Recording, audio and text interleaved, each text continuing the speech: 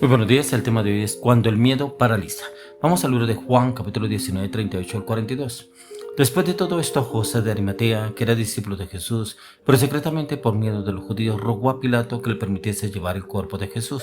Y Pilato se lo concedió. Entonces vino y se llevó el cuerpo de Jesús. También Nicodemo, el que antes había visitado a Jesús de noche, vino trayendo un compuesto de mirra y de aloes como 100 libras.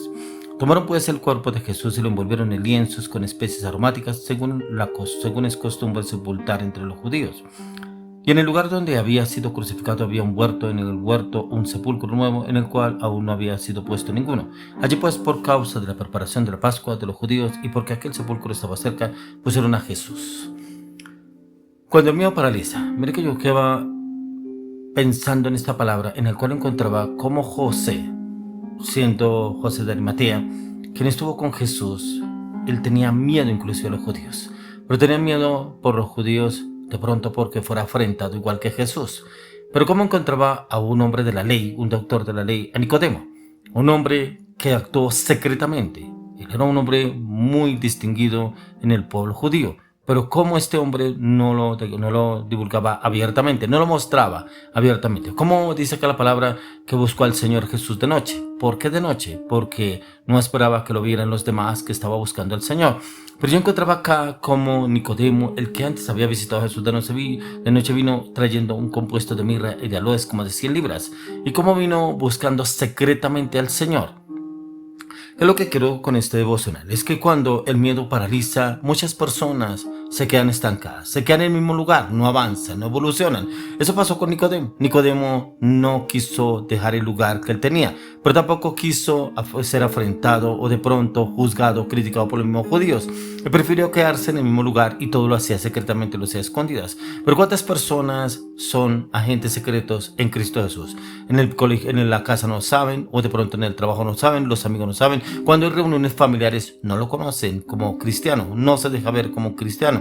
Inclusive en la parte con el trabajo con los amigos, con las personas que comparte, no lo saben. Es un agente 007 en Cristo, un agente 007 que no quiere dejarse ver, que no quiere que nadie sepa. Y yo encontraba esta parte en Nicodemo, como este hombre, un hombre conocedor de la ley, un hombre conocedor de la palabra, pero era líder respetado en su comunidad, ya que los hombres lo elogiaban y lo buscaban muchas veces para que fuera un guía religioso en cuanto a los judíos. Pero cómo se escondía y buscaba al Señor por las creencias que él tenía sobre Jesús, ya que si realmente no creyera en Jesús, no lo buscaría, pero él sabía que él era Jesús. Y Nicodemo podría haberse convertido en uno de los discípulos abiertamente del Señor, podría haber estado inclusive dentro del grupo selecto del Señor Jesucristo, y podría haber sido un hombre usado por el Señor. Pero como este hombre no buscaba eso, es lo que el Señor estaba dando. Por eso lo encontramos en Juan capítulo 3. Y sabe un hombre de los fariseos que se llamaba Nicodemo, un principal de entre los judíos. Este vino a Jesús de noche y le dijo: Rabí, sabemos que ha venido de Dios como maestro, porque nadie puede hacer estas señales que tú haces si no está Dios con él. Respondió Jesús y le dijo: de cierto te digo, que el que no naciere de nuevo no puede ver el reino de Dios. Nicodemo le dijo: ¿cómo puede un hombre nacer siendo viejo? ¿Puede acaso entrar por segunda vez en el vientre de su madre y nacer? Responde Jesús: de cierto te digo, que el que no naciere de agua y del Espíritu no puede entrar en el reino de Dios. Porque dice que lo que nació de la carne, carne es, y lo que nació del Espíritu, Espíritu es. No te maravilles de que te dije: es necesario nacer de nuevo. El viento sopla de donde quiere y oye su sonido, más ni sabe de dónde viene ni a dónde va. Y así es todo el que es nacido del Espíritu. Entonces, ¿cómo encontramos que el Señor le explica? Le dice a Nicodemo, un doctor de la ley, un hombre conocedor de la ley, ¿cómo no sabía que era nacer de nuevo? Pero yo encontraba que el Señor le dio un discurso a Nicodemo, que era nacer de nuevo, y era nacer del Espíritu, que era no nacer de la carne, era nacer del Espíritu. Por eso él dice: lo que nació de la carne, carne es, y lo que nació del Espíritu, Espíritu es. Y yo veía que Nicodemo quedó en la carne, no nació en el Espíritu. Porque este discurso que le dio el Señor, y porque él seguía buscando secretamente que dar cosas con el Señor. Por eso cuando dice la palabra que fue y buscó para que le entregaran el cadáver del Señor Jesucristo, para enterrarlo, para buscar una tumba, y que la encontró y la logró ubicar, incluso con José de Arimatea. Pero encontraba que lo hacía escondidas, lo hacía secretamente, y es precisamente cuando el miedo paraliza, y es precisamente a muchas personas les pasa eso. Este hombre tenía un estatus, un rango en el pueblo judío, pero también de pronto creería yo que de pronto ese cargo no lo quería dejar, pero tampoco quería que los demás lo afrentaran con situaciones que pasó inclusive con el mismo Señor Jesús y con sus discípulos. Y es así muchas personas que cuando el miedo los paraliza, quedan estancados, no avanzan, no evolucionan. Y personas que llevan mucho tiempo en la vida cristiana, bueno, asistiendo a la iglesia, pero que andan secretamente. Nadie sabe que es cristiano, nadie sabe que conoce del Señor, nadie sabe que busca del Señor, porque no quiere ser afrentado, porque no quiere ser juzgado, porque no quiere que los demás lo tilde de pronto como el cristiano, como que el que ya no va, ya no hace, y como que quiere seguir con las mismas normas de una sociedad, de un entorno, de una cultura en la cual prefiere estar cómodo, sin necesidad de que lo muevan de ese lugar. Y es ahí donde cuando el miedo paraliza y es precisamente que le da lugar más a sus propósitos, a sus preceptos, sus sueños, sus metas, su entorno, y que es lo que no quiere perder. Que no quiere perder. En este caso, Nicodemo no quería perder un estatus, un rango que él tenía ante los judíos, pero otros que no quieren perder de pronto un cargo, un título, un lugar que ellos creen privilegiado. Por ejemplo, no sé, de pronto en la política, de pronto un alto rango dentro de la empresa, de pronto un estatus social que tiene la persona, y como que si de pronto lo ven que es cristiano, de pronto llega a los caminos del Señor, o de pronto llega a hablar del Señor, como que no va a sentirse privilegiado, como que no se va a sentir bien, y como que se va a sentir más rechazo de las otras personas hacia él. Y eso es lo que yo encontraba en este caso, lo que estaba pasando con Nicodemo. Y podría haber sido usado con milagros, pero también escuchar las enseñanzas del Señor y haber sido guiado por el mismo Maestro, el mismo que guió a los apóstoles. Y después de la muerte de Jesús, Nicodemo incluso podrá haberse convertido en el siguiente discípulo del Señor. Pero, ¿qué pasa con esas personas que cuando el miedo los paraliza? ¿Dónde quedan precisamente las personas? Quedan estáticas, no avanzan y se mantienen en secreto, y es precisamente lo mismo que pasó con Nicodemo. Y es precisamente porque el Señor Jesús quiere personas, pero que realmente hagan la obra. Ya que cada día que Nicodemo pasó en la oscuridad como creyentes en secreto, fue un día que pudo haber pasado más en la presencia del Señor. Un día en el cual el Señor lo podía haber usado de una manera sobrenatural para la gloria de Dios, pero como no se definió realmente a seguir al Señor.